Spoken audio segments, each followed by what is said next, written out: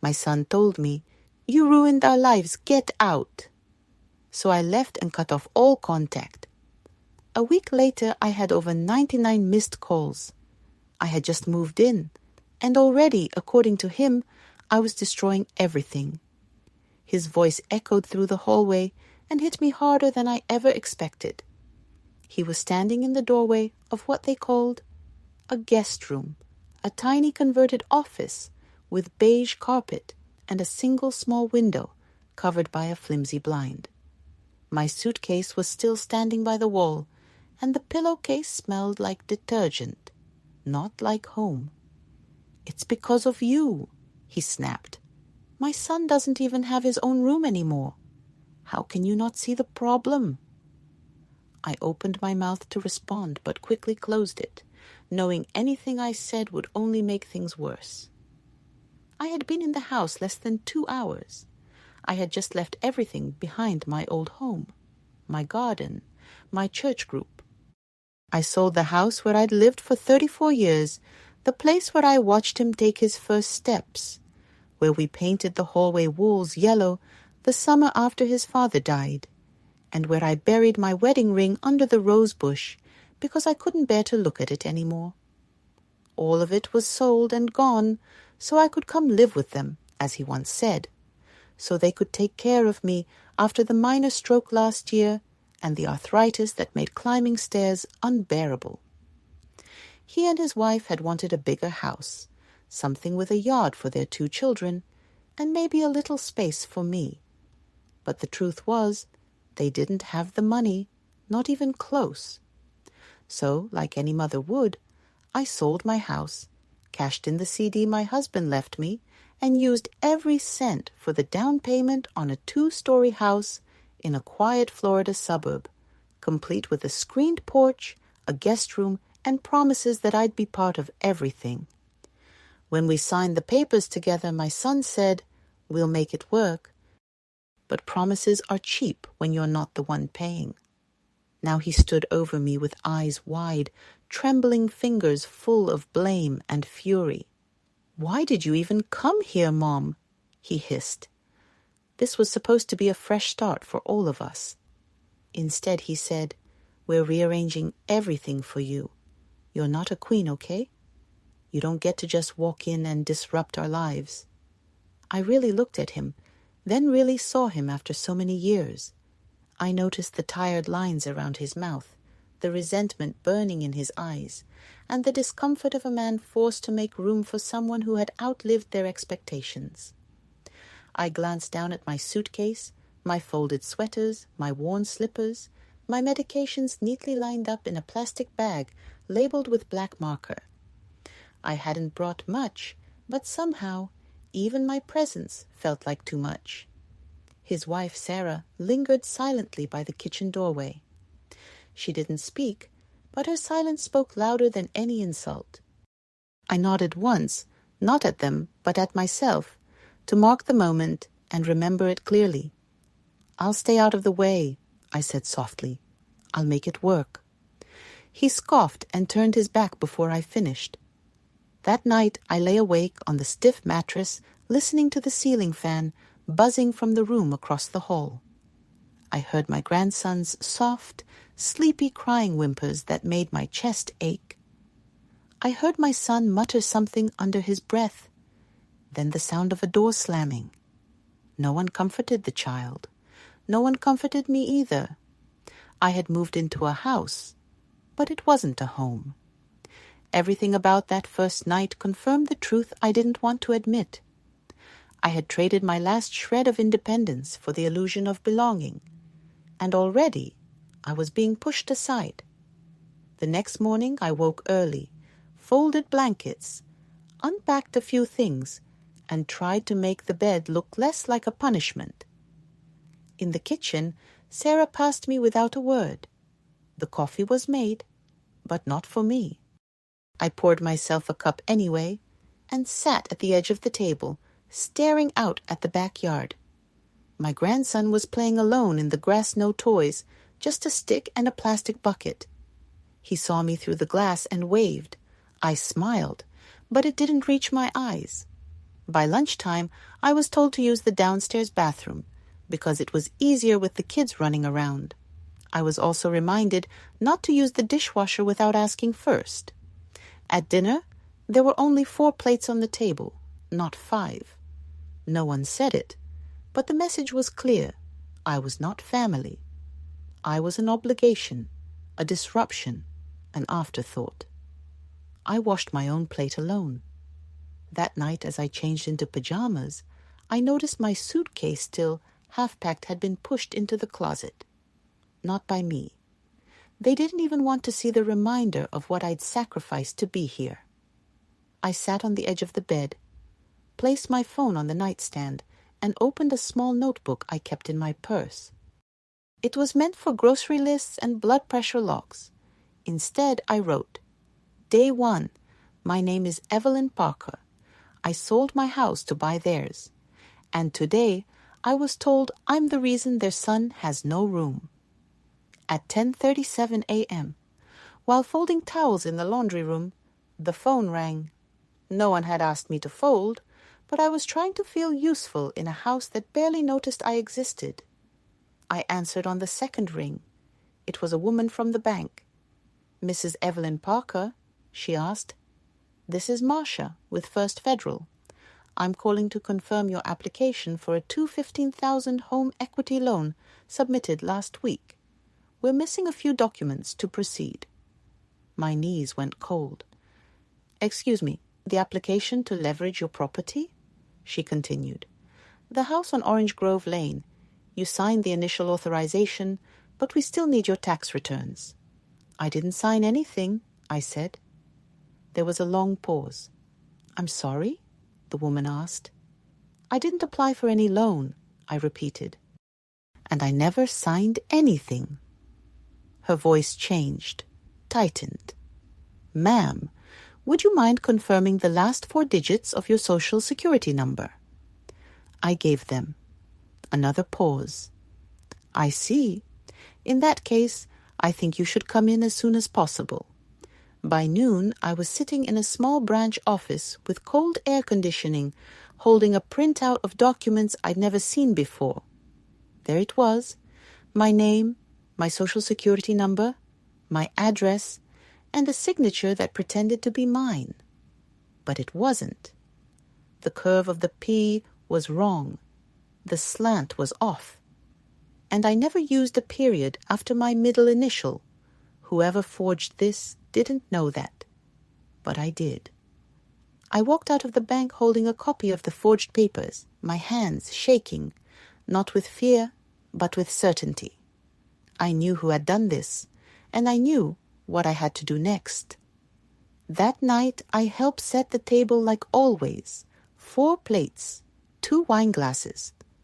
My grandson played with the tablet while Sarah reheated leftovers. My son came in late, collar unbuttoned, already frowning. We sat down to eat. I made lentil stew, Sarah said, as if offering a peace treaty. No one responded. Halfway through dinner, I placed the papers neatly on the table, unfolded and clearly visible. My son looked down at them, then back up at me. What's this? You tell me, I said. His eyes scanned the header, then the signature. I watched the muscles in his jaw twitch. I got a call from the bank, I said calmly. Apparently, I'm applying for a home equity loan. Silence. Sarah put down her spoon and I continued. Someone forged my name to make it happen. Still, he said nothing. I wondered aloud. Who would have had access to my Social Security number, my ID, my trust? My voice was quiet, controlled, surgical. He stood up slowly. What do you want me to say? He snapped. You live here. It's your house. You're part of this family. Part of this family?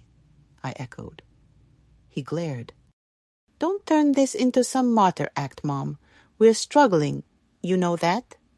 So you forged my name? I borrowed against the house, our house. You forged my name. He slammed his fist on the table. The spoon jumped and my grandson flinched. "You don't understand what it's like," he shouted. "We're drowning here. Sarah's job is unstable. My credit's shot. And you? I wait. You sit here folding towels and judging us." I blinked. Everything was fine until you moved in.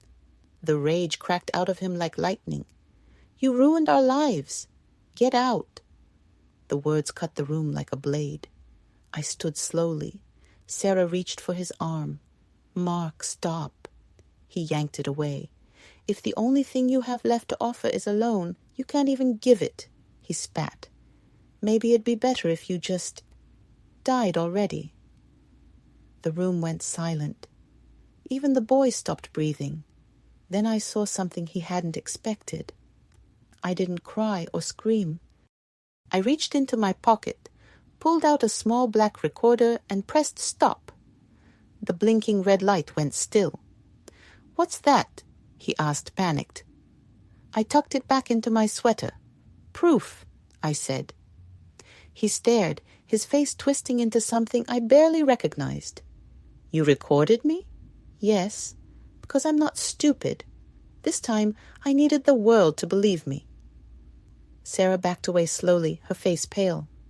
"I'll go," I said. "If necessary," he scoffed. "Good. Pack your things."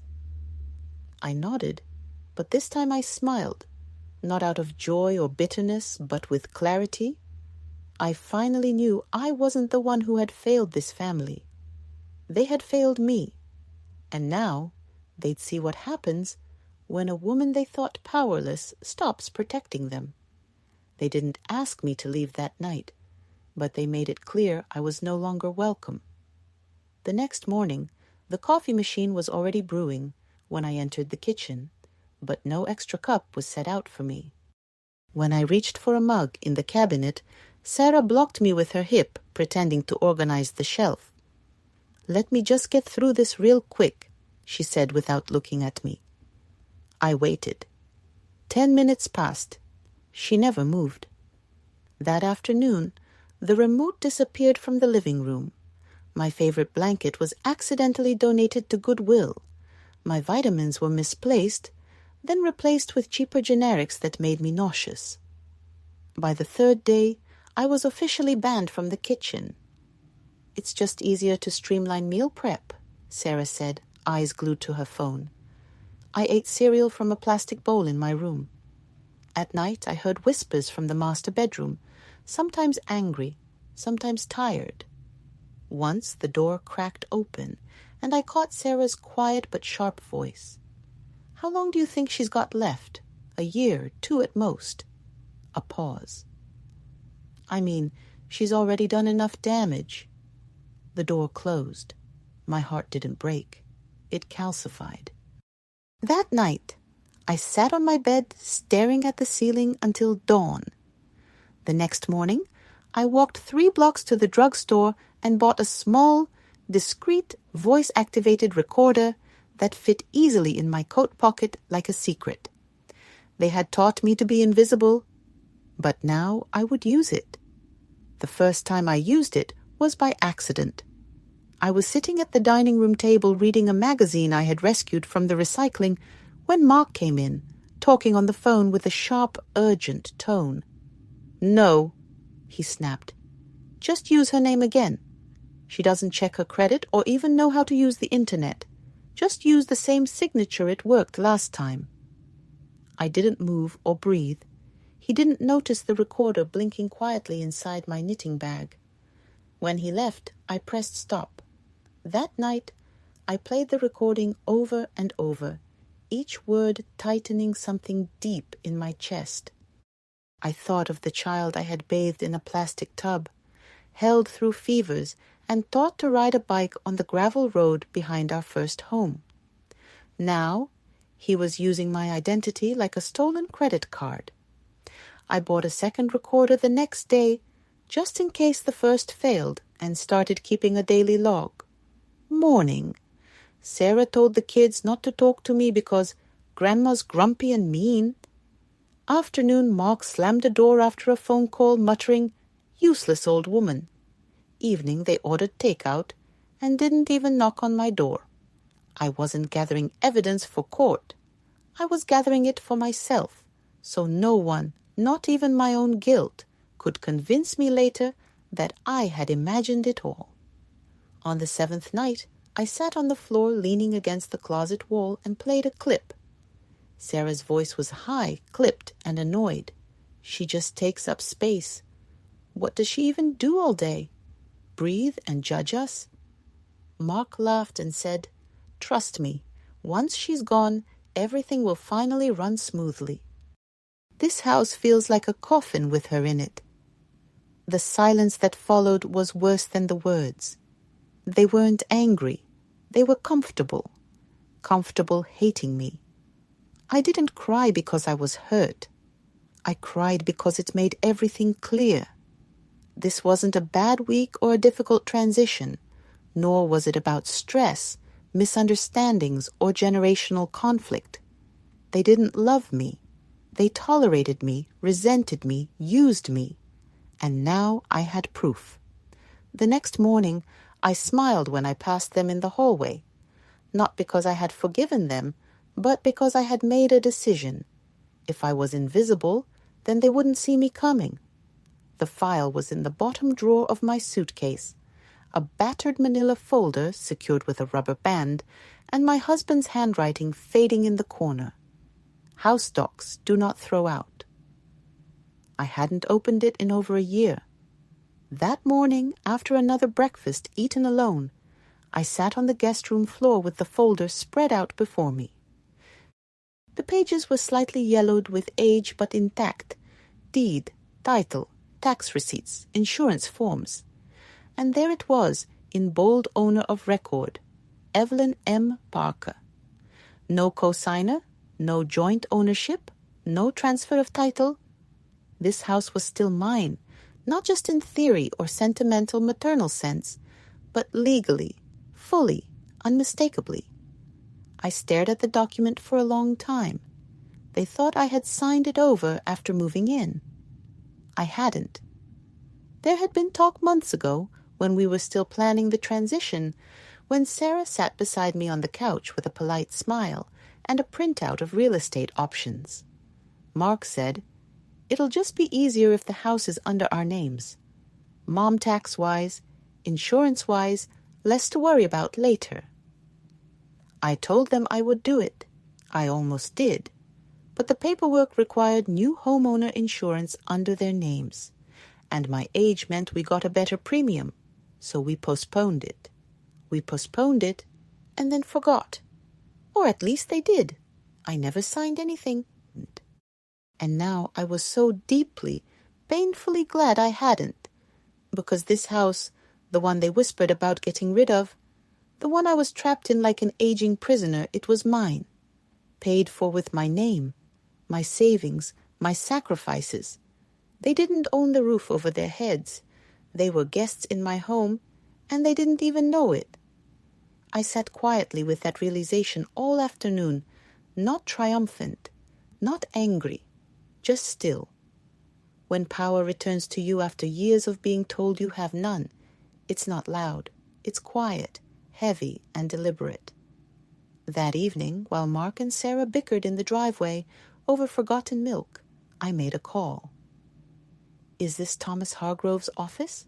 I asked the woman who answered. "Yes. May I ask who's calling?" "This is Evelyn Parker," I said. "Tom handled my husband's estate. I'd like to speak with him directly." The woman paused. "Of course, Mrs. Parker. One moment." A click. Then a familiar soft voice. "Evelyn? Good Lord, it's been a while." "Too long," I replied. "We haven't spoken in nearly 15 years. Not since my husband passed and you helped me navigate the insurance claims and the quiet chaos of widowhood. How can I help?" "I need to discuss a property mine. It's complicated. I'm listening." I explained everything carefully, the sale of my old house, the down payment, the joint mortgage taken under my name alone, the promises made and never legally fulfilled, what I had discovered and what they had done. Tom was silent for too long. I'll be in town Friday. I can stop by with a notary. We'll review everything." "Thank you," I said. "No need," he replied. "You're not the first mother I've heard this from, but you might be the first one doing something about it." I hung up and stared at the phone for a long time. Something inside me had shifted. Not rage, not grief, but resolve. They had thought I was too old, too soft, too tired to keep track of papers, laws, or signatures. They had forgotten I was once the woman who balanced 2 jobs and still made dinner by 6:30 every night. They had underestimated the woman who taught their son how to walk without falling. Now, I would teach them something else, how to fall without knowing what hit them. Some women raised their voices. I raised my eyebrows, my children, and now quietly, my defenses. The morning after speaking with Tom, I went to the credit union downtown, a place no one in this house had ever thought to ask about. I opened a new checking account under my maiden name, using a P.O. box I'd rented that same morning. I transferred a portion of my retirement savings quietly and cleanly. No one noticed. That same week, I began slowly removing things from the house. Not the big items yet, but the meaningful ones. My husband's cufflinks from the top drawer of my jewelry box, the heirloom locket hidden behind the old sewing machine, the antique pie dish my mother gave me before she died. Little by little, they vanished from shelves and drawers and reappeared in a small storage unit I rented 2 towns over. Sarah thought she was slowly erasing me from the house. I was simply returning the favor. The next step was the bank. I filed a formal fraud complaint for the forged documents. The woman who took my statement had kind eyes, but didn't say much. I could tell she had seen this before. "Family," she murmured, shaking her head. "Sometimes the worst ones are the ones we raise ourselves." I submitted copies of the forged signature, old handwriting samples, and a log of calls and threats I had recorded. That night, while folding laundry alone, I played one of the recordings. Mark's voice came through low and sharp. If she'd just died already, we wouldn't have to deal with all this.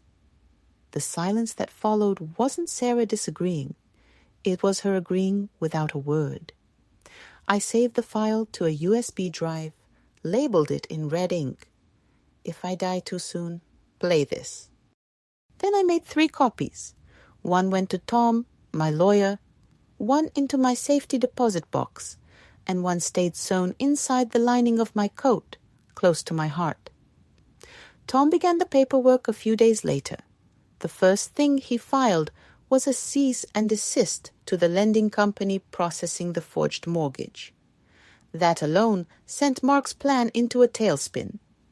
He followed up with a formal affidavit asserting my sole ownership of the property, then drafted an emergency will not because I was sick, but because it was clear they were hoping I would be. The new will was simple. If I passed naturally, my assets would go to a list of charities, including a women's shelter I volunteered for, and the local library that still had my name on a plaque in the children's section. Mark and Sarah were explicitly excluded. Should anything happen to me under suspicious circumstances, Tom had full authority to release the recordings and pursue criminal charges. He didn't ask if I wanted to press charges for the forged loan. Not yet. He knew better than to assume I was done. Every step I took was calculated. Every smile I gave at the dinner table, every "thank you, dear." When Sarah handed me a reheated bowl of soup, every time I nodded, as if I didn't hear their whispered contempt from the hallway. They thought I was shrinking, but I was only retreating to get a better view. From where I sat, I saw the truth. They had no idea who they were dealing with. They thought age made me easy to erase, but age only made me sharper than the knife Sarah nearly handed me blade first one morning. sharper than the silence Mark wore like armor around his guilt, sharper than the betrayal. They never expected me to survive, but I did. More than survive, I planned. Every document signed, every file backed up, every thread pulled from the web they wrapped me in was one stitch closer to freedom, not escape. By 8:15, the closet in the hallway was completely cleared out, and my suitcases were zipped up, stacked, and locked by 8:15. At 9, the last photo of my husband had been carefully wrapped in bubble wrap and placed on the front seat of the car that came to pick me up. I didn't say goodbye, not out of anger, but because I was finished. I had watched this house transform from a promise into a prison. Now it was simply a place where I used to live. Mark and Sarah were gone, having left early to meet with a financial advisor, probably trying to salvage the wreckage of their plan.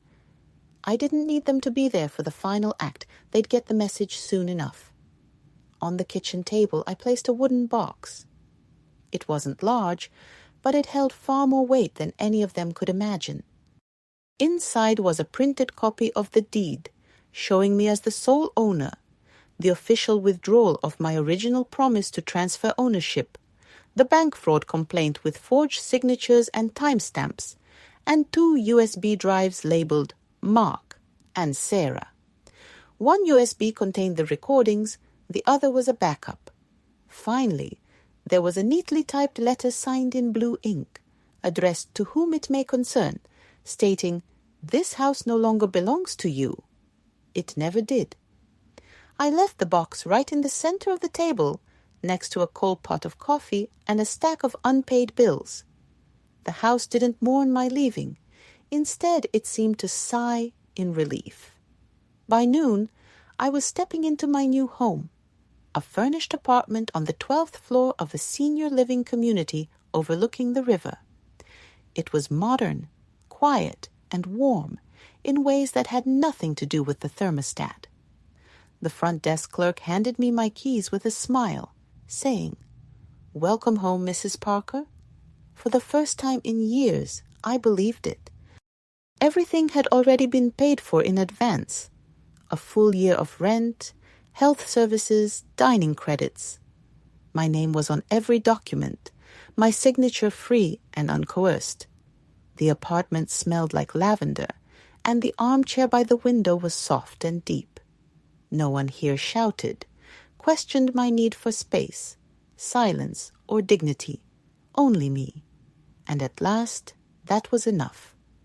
That night, I sat by the window with a cup of chamomile tea, watching the city lights flicker like fireflies.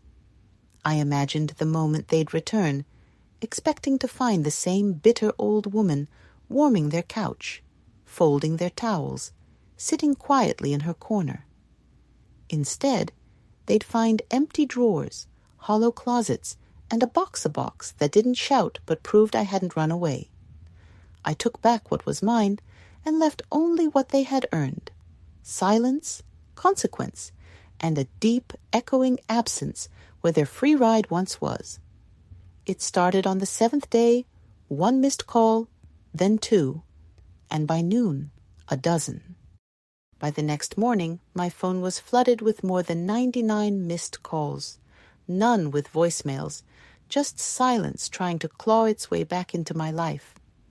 I didn't answer, but I didn't block him either. Some things are meant to be seen and felt. Let him stare at that glowing name. Let his thumb hover over the call button again and again. Let the weight of being ignored settle into his gut, like his words once settled into mine, like stones. I had nothing left to give him, and now he had everything to lose. On the 8th day, a letter arrived, not handwritten, not personal, but a typed notice from the law office handling the credit fraud case. Sarah's name was listed on the formal complaint. Apparently, she had been the one to file the paperwork using my information. Her employer, upon learning of the federal investigation, placed her on immediate leave. By week's end, she was unemployed. I didn't gloat or cheer, but I did feel calm. Actions have consequences, especially when the person you called useless keeps the receipts. The calls didn't stop. Mark tried different numbers and texted things like, "We need to talk." It was never meant to go this far.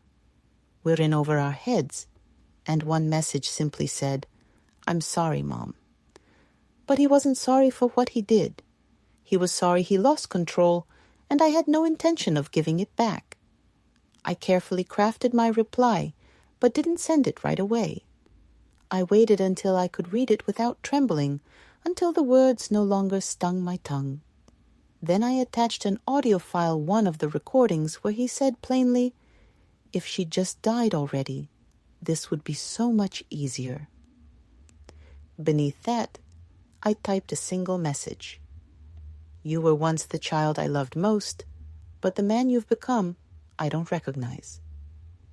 I hit send and then muted the thread. 2 days later, I received a voicemail. Mark's voice cracked at the edges. "Mom, please just tell me you're okay." I didn't mean what I said. We were stressed. I was scared. I shouldn't have forged your name. I know it now. I just... Silence. They never thought I'd really leave. That was the problem. To them, I was a fixture, a faucet that poured money, patience, and presence without ever running dry.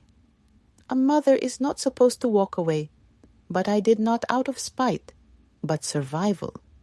And he would have to learn that lesson without me.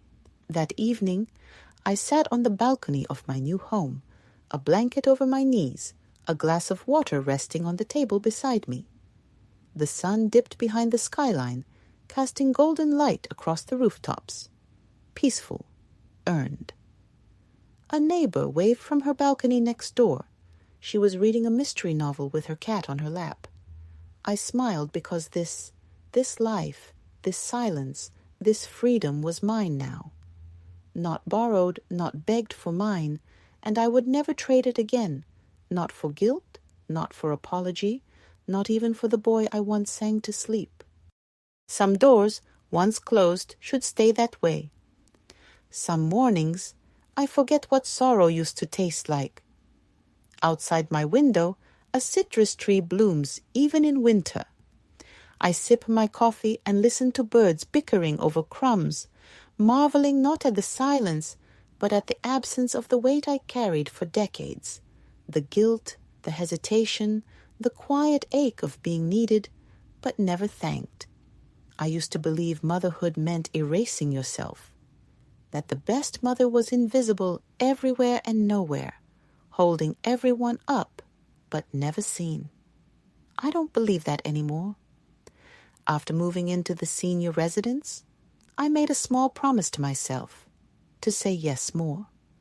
I said yes to watercolor classes, yes to poetry readings at the local library, yes to a weekend bus trip to Savannah, where I ate shrimp and grits by the harbor and danced barefoot on a balcony with women who had stopped asking permission to be joyful. Soon I had a drawer full of brochures: Greece, Portugal, Montana, Japan. I didn't care if my knees ached or if I needed to pack extra pills. I had time, I had savings, and for the first time in my life, I had no one waiting to tell me I couldn't. I joined a travel group for women over 60 golden miles, they called it. There were 10 of us on the first trip, all in wide-brimmed hats and orthopedic shoes. But we were not delicate. We were fierce. We laughed like teenagers on the cliffs of the Amalfi Coast, whispered old secrets under cherry blossoms in Kyoto, and cried quietly together at the Anne Frank house in Amsterdam. Not because we were sad, but because we were alive. Every morning I woke up somewhere new, reminding myself, I am not a ghost. I am not a burden. I am not waiting to die. I am living, and I'm finally doing it for me. On a cruise along the Danube, I met a man named Samuel. He was from Maine, widowed like me, polite in the way old men used to be, pulling out chairs, saying ma'am, but with a quiet sadness behind his jokes. We ended up sitting beside each other at dinner. I asked if he wanted the last roll. He said, "Only if you'll take half." And somehow that's how it began, not with sparks or grand gestures, but with gentle consideration. He told me about his wife, who had passed 10 years earlier, and about the daughter he raised alone, who now lived too far away and called too little. I told him about Mark, but only there were parts of that love, those that didn't leave bruises, where Samuel didn't ask for more than I was willing to give, and I loved him for that. By the end of the cruise, we had shared every breakfast side by side, read books on the same bench, shared desserts, and held hands beneath the stars. It wasn't a love that overwhelmed. It was a love that grounded me. When we returned, we didn't promise forever, just that we'd keep in touch and maybe travel again. And that was enough more than I ever expected. One afternoon back in Florida, a letter arrived from Jean, the friend who first told me about Mark's divorce. Inside was a smaller sealed envelope. I opened it to find a handwritten note. "Dearest Evelyn, Mark came by asking for your address. I didn't give it to him, but told him something else. Your mother is doing better than I've ever seen her." He looked as if someone had just told him the sun would never rise again. "Just thought you'd want to know. Love, Jean." I didn't laugh, nor did I cry. I simply sat with that knowledge, that shift. He had lost access to the one person who had always believed he could be more, and now I no longer needed him to be. These days, I spend my time painting more. I'm not very good. My roses often look like red cabbages. My clouds sometimes resemble potatoes, but they make me laugh. I've picked up French again, just for fun. I've started baking with almond flour, even though I hate it, just because I can. I've become the woman I wish my mother had been, not because I'm lucky, but because I finally stopped asking permission. I didn't seek revenge. I didn't scream or shame. I simply reclaimed what was mine, my name, my space, my peace, my kindness, and I placed it in the hands of the only person who truly deserved it, me. Have you ever felt like you were only loved when you were giving? When your hands were full of meals, money, or answers? When you were quietly holding the family together like glue, unseen but essential? But the moment you stopped, the moment you needed something back, you disappeared. The room grew quieter, their eyes colder. The love you thought was unconditional suddenly came with conditions. If you've ever been there, sitting at a dinner table that used to feel like home, now feeling like an unwelcome guest, if you've ever lain awake wondering, was I only loved when I was useful? Do they miss me, or just what I used to give them? Let me tell you this, you are not alone. And more importantly, you are not finished. Your worth does not expire with age. It doesn't fade when your hands tire or your knees ache. It's not tied to how much you do for others, how often you say yes, or how long you stay silent to keep the peace. Your worth lives in your memory, in your stillness, in the way you always knew and waited for the right moment to speak. Because silence is not weakness, and real power doesn't need to shout.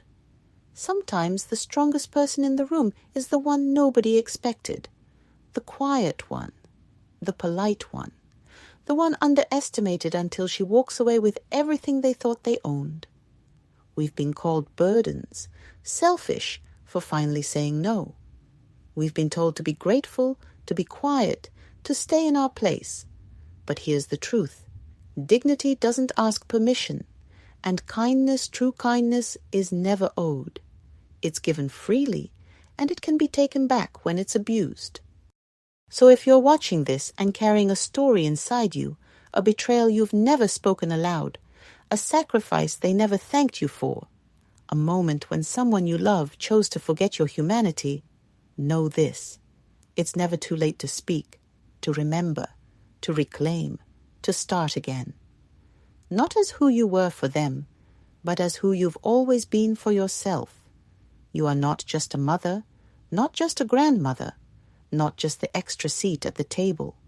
You are the main character, the keeper of stories, the witness of truth. And when you speak, the world listens. Subscribe to Grandpa True Stories, because here we don't whisper the truth anymore. We remember it, we speak it, and we live what's left with fierce, undeniable grace. Revenge has no expiration date, and neither does dignity. So pull up a chair, turn up the volume, and listen closely. Because when a grandma speaks, it's not just a story. It's justice wrapped in memory and finally set free.